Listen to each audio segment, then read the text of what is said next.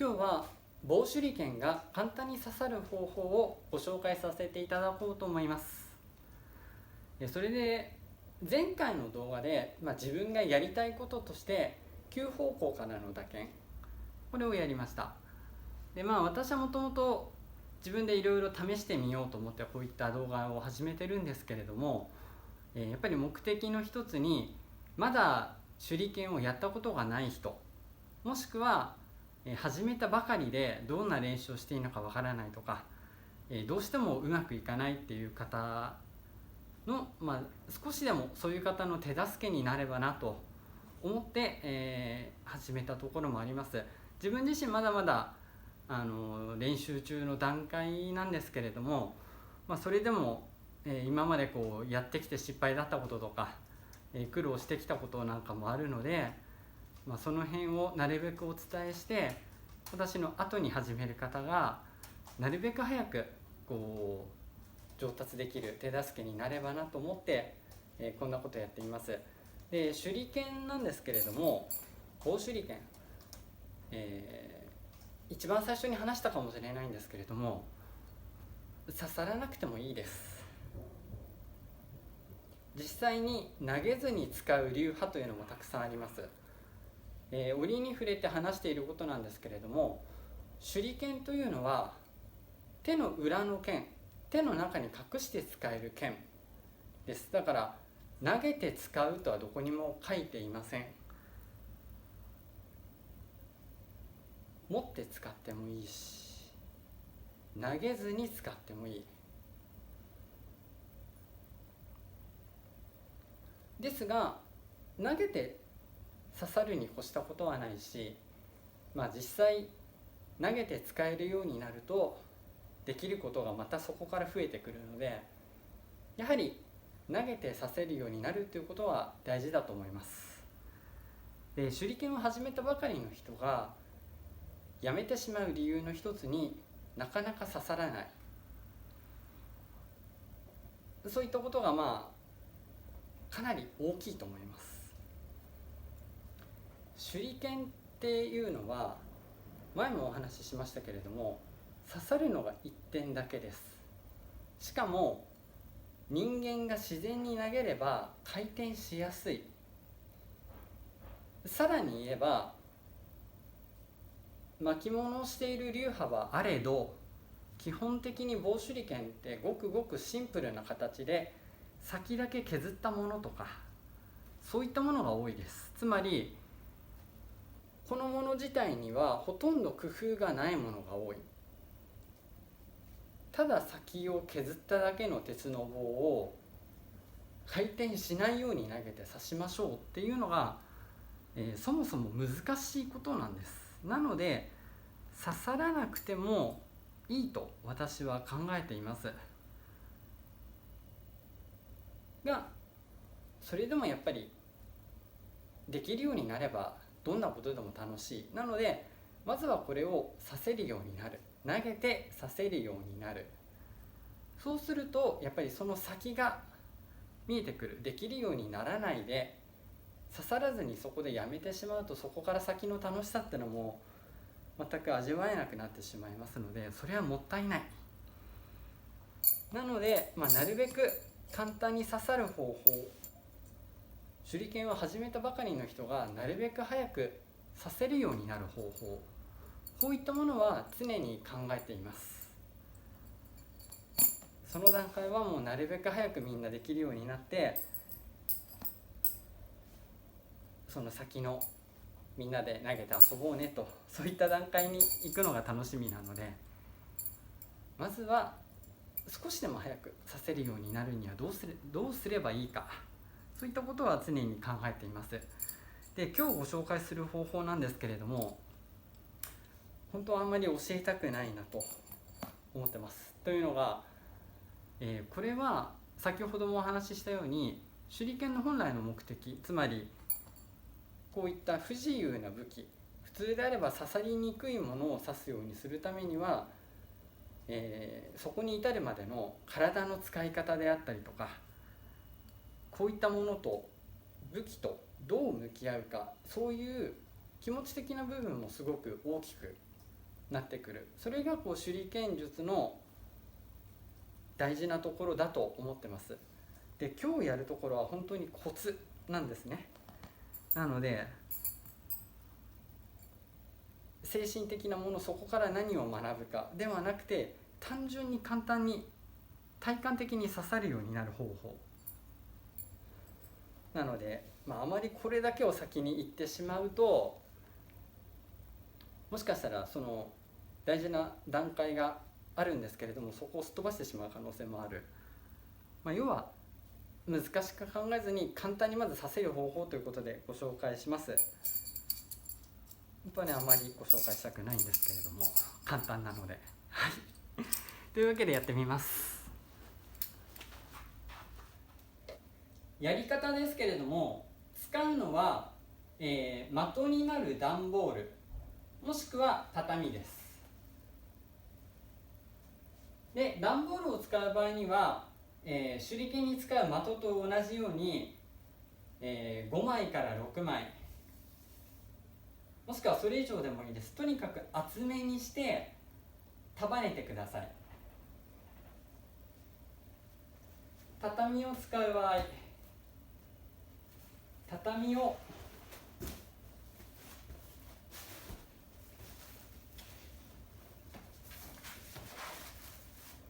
床に寝かせてください。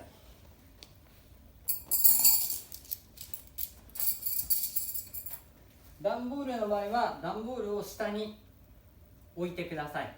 必ず厚めにしてくださいね。あとなるべく大きい方がいいです。なるべく大きい段ボールを束ねて下に置いてください。そしてあとは下向きに投げる、これだけです。これ自分の足気をつけてくださいね。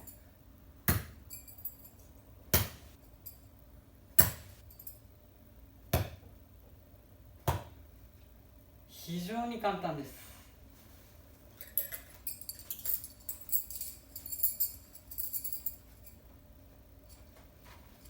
これまでの動画で、練習方法いくつかご紹介をしました。最初の手の使い方であったりとか、それから割り箸と段ボールを使った動画、そういったものをご紹介してます。そこで、やったこと、そこでご説明した手の動き、足の動きは今回つけません。段ボールを的にした動画でお話をしたことと、手の使い方、それだけを使ってください。これは刺す感覚、物を刺す感覚を養うための練習です。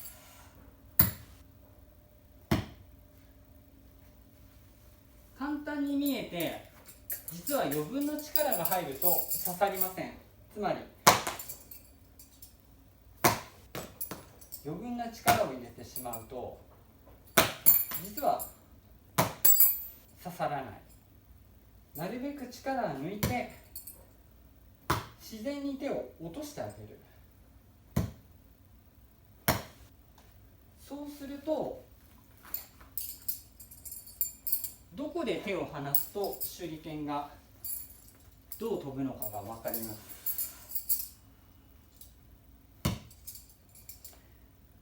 だいたい手裏剣を始めたばかりの方が戸惑うのが、前に飛ばさなければいけない、この距離を届くかな、回転しないように投げなきゃいけないなとか、そういうことを考えてしまうから余計な力が入る。余計な力が入ると指先、手先、余計な動きをしてしまって回ってしまうから刺さりませんっていうお話をしました。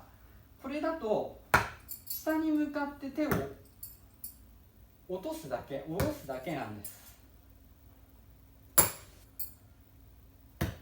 そして前に投げるものと違います。下に落とすだけなので余分な力は使いません。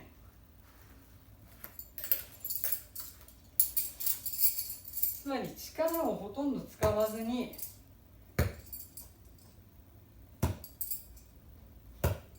手裏剣を投げる練習ができます。余分な力はほとんど使いません。棒手裏剣を始めたばかりの方が、まず難しいなと感じるのは前に投げなければいけないということ。その距離が遠ければ遠いほど普段はやらない不慣れな体勢から打つことになりますので、やはり届くかわからないっていう不安があります。ですのでどうしても力を入れてしまう、余分な力が入るから手裏剣が回転してしまって刺さらない、そういったことがあります。この方法ですと、まず的が近いっていうことと、あとは前に投げる必要がないので、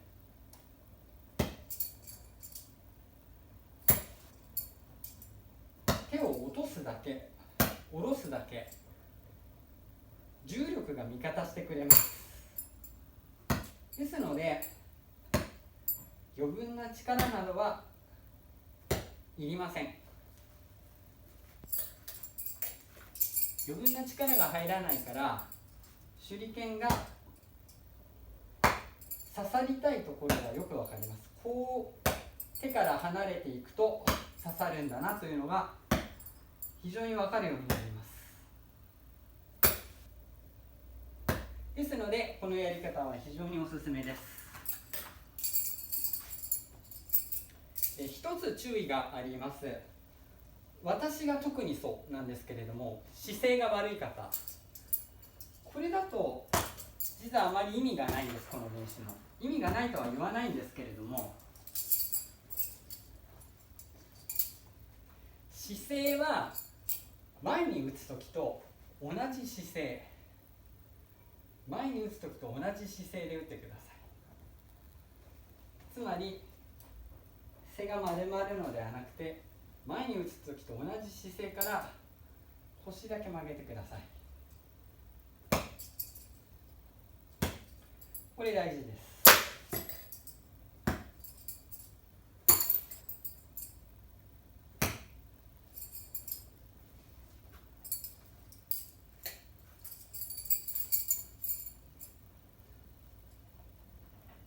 なぜかというと、ここでできたことは何がやりたいかっていうと、前に投げる練習なので、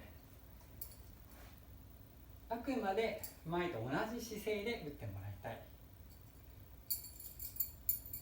それとちゃんとした姿勢で腰だけ曲げた、この姿勢になるメリットの一つとして、これそんなに力入れているように見えないと思います。でもしっかり刺さってます。なぜか、先ほどお話をした重力が味方をしてくれるっていう部分もありますけれども、これそんなに振り上げているように見えないと思います。ごくごく自然に、肩にもどこにも負担なく手を上げているようにしか見えないと思います。こうしたらどうでしょう。これだけ振り上げてます。このまま。この方法のメリットとして、あまり肩などに負担がかかりません。振り上げる必要がないから。ちゃんとした姿勢で腰だけ曲げる。ちょっとだけ手を上げる。本当に自分ではちょっとだけ手を上げるイメージですけれども、実際にこの腰をいつもの位置に戻すとあら不思議。これだけ上げてます。これだけ上げてればもうしっかり2件でも3件でも投げられます。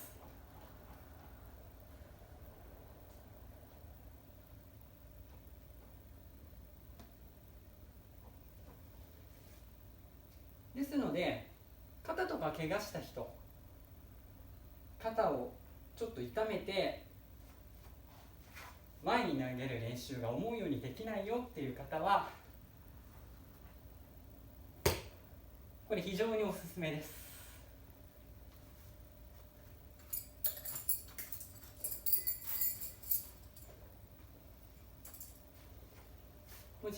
説明します。足は右足でも左足が前でも右足が前でも構いません。背筋が丸まらないようにちゃんといつも打鍵をする姿勢で下を向きます。このまま。あとは手を上げて落とすだけ。前回の動画でやった上げて落とす、上げて下ろす、全く一緒です。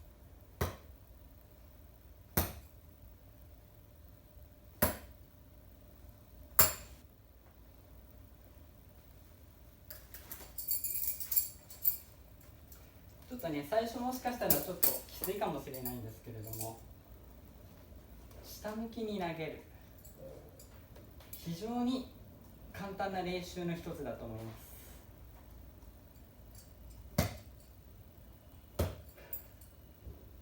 余分な力は入れないでください。上げて下ろすだけ、上げて落とすだけ。前回の動画と全く一緒です。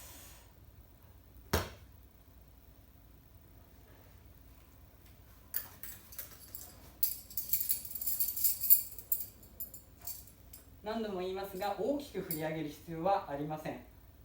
もしここまで振り上げた場合、こっちにしてみたらこんなに振り上げてる。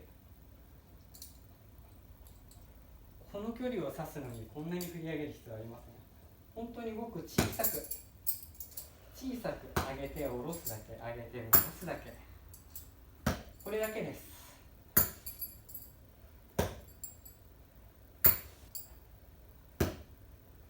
小さく見えるだけです。実際はここまで振り上げてます。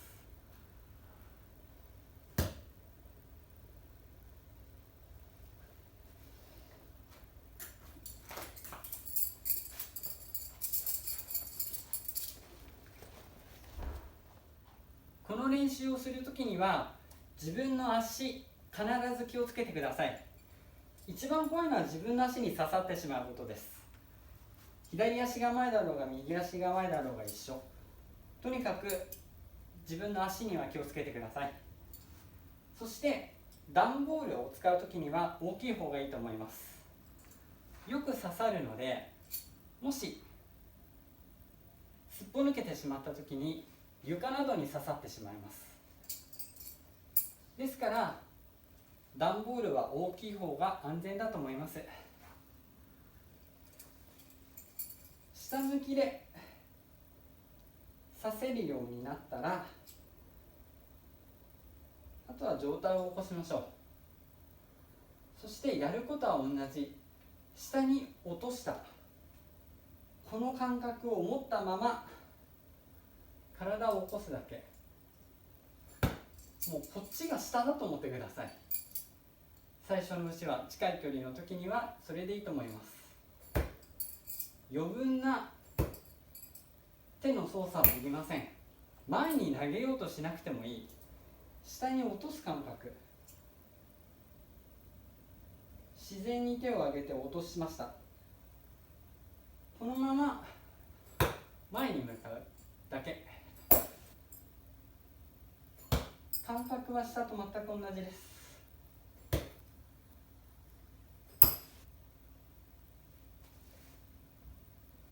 いかがだったでしょうか。あまりにも単純すぎて、なんだそんなことかと思った方がたくさんいると思います。でも一見こういう単純な練習の中に結構大きな効果を生んでくれることはたくさんあります。ですので、特に手裏剣を始めたばかりの方でまだそんなに刺さらない、なるべく手裏剣を早く刺したいっていう方、それから、手裏剣に慣れてきたけれども刺さりが悪いという方、一度このドリルを試してみてください。そうすると結構びっくりするぐらい刺さるようになると思います。頭で覚えるのではなくて、体で刺さる感覚を覚え込ませてしまう練習の一つだと思ってください。本当に簡単です。というわけで今日は簡単な手裏剣の刺し方、感覚的に手裏剣が刺さるようになる練習の仕方をご紹介させていただきました。こうやって早く手裏剣が刺さるようになれば、手裏剣は刺さり始めたところからスタートっていう方がいます。早く刺さればそこから先のもっと面白いところがまだ待ってますので、なるべく早く手裏剣が刺せるようになってほしいです。なので始めたばっかりの方、ぜひ、こういったことを参考にして練習をしてみてください。それと、いつものことですけれども、高評価ボタン、グッドボタンを押していただいている方、ありがとうございます。また今回の動画も面白ければ、高評価、グッドボタン押していただければ嬉しいです。よろしくお願いします。では今日の動画は以上です。最後まで見ていただいてありがとうございます。失礼いたします。